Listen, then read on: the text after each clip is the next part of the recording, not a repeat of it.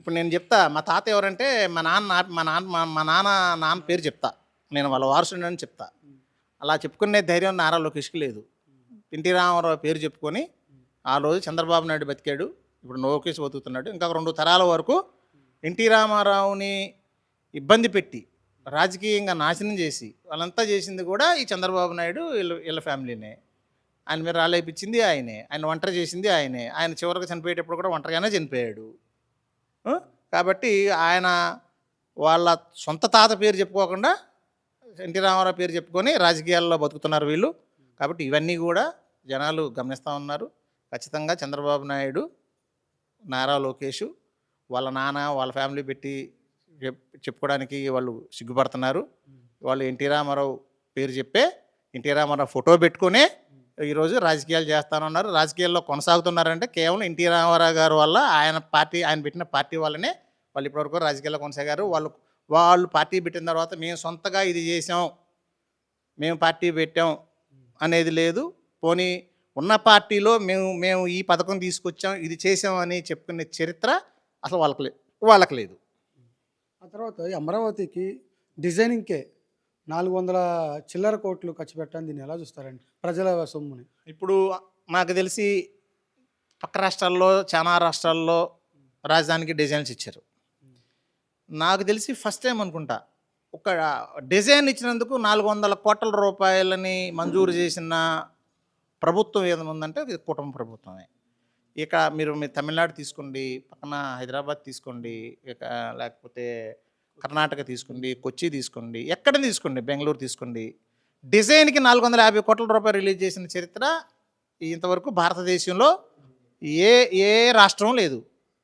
అన్నిట్లో మన ఆంధ్రప్రదేశే ముందుంటుంది. దీంట్లో కూడా ఇప్పుడు 450 కోట్లు పెట్టి చేస్తూ ఉన్నారు. అసలు అంతకంటే దారుణం ఏంటంటే ఈరోజు మీరు కోకాపేట, హైదరాబాద్ వెళ్ళండి, బాగా రిచెస్ట్ కాస్ట్ ఏరియాల్లోకి మీరు వెళ్ళండి.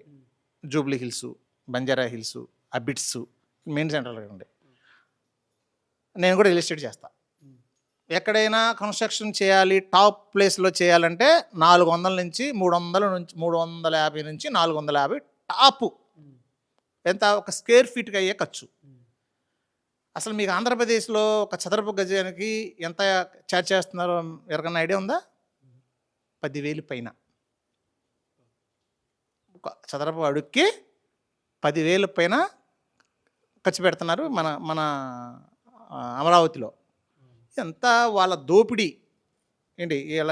వీళ్ళు ఏంటంటే ఇప్పుడు అమరావతి అనేది వాళ్ళకొక నిధి. ఆంధ్రప్రదేశ్ విభజన హామీల గురించి కానీ, మనకు రావాల్సిన వాటి గురించి కానీ మాట్లాడే దమ్ము ధైర్యం వీళ్ళకి లేదు.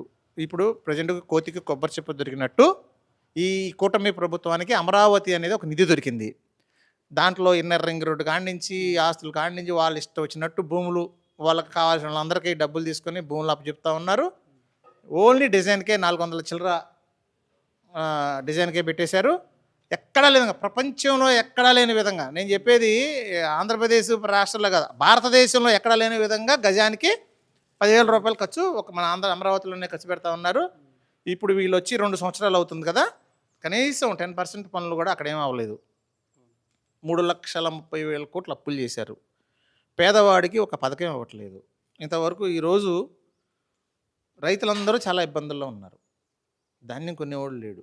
ఇప్పుడు శనగలు వచ్చినాయి, శనగలు కొనేవాళ్ళు లేరు. పెసలు కొనేవాళ్ళు లేరు. కొంటున్నారు. పెసలు మేము ఉద్యమాలు చేస్తే మన పెసలు కొన్నారు. పెసలు కొంటే ఇక్కడ మా స్థానిక నాయకులు ఏం చేస్తున్నారో తెలుసా? పెసలు కాటా వేసి చేస్తే మనకి లేబర్ కానీ అడిగిన ఖర్చులు కానీ 130 నుంచి 140 రూపాయలు ఖర్చు అవుతుంది. 650 రూపాయలు ఒక కింటాకు వసూలు చేస్తున్నారు ఇదే కూటమి నాయకులు. మార్కెట్ యార్డ్ చైర్మన్లుగా ప్రమాణ స్వీకారాలు చేసి రైతుల దగ్గర నుంచి అసలే గిట్టుబాటు ధర లేదు, ఎరువులు ఎక్కువ పెట్టి బ్లాక్లో పెట్టుకున్నారు. ఈరోజు గిట్టుబాటు ధర లేదు, కొనేవాడు లేడు.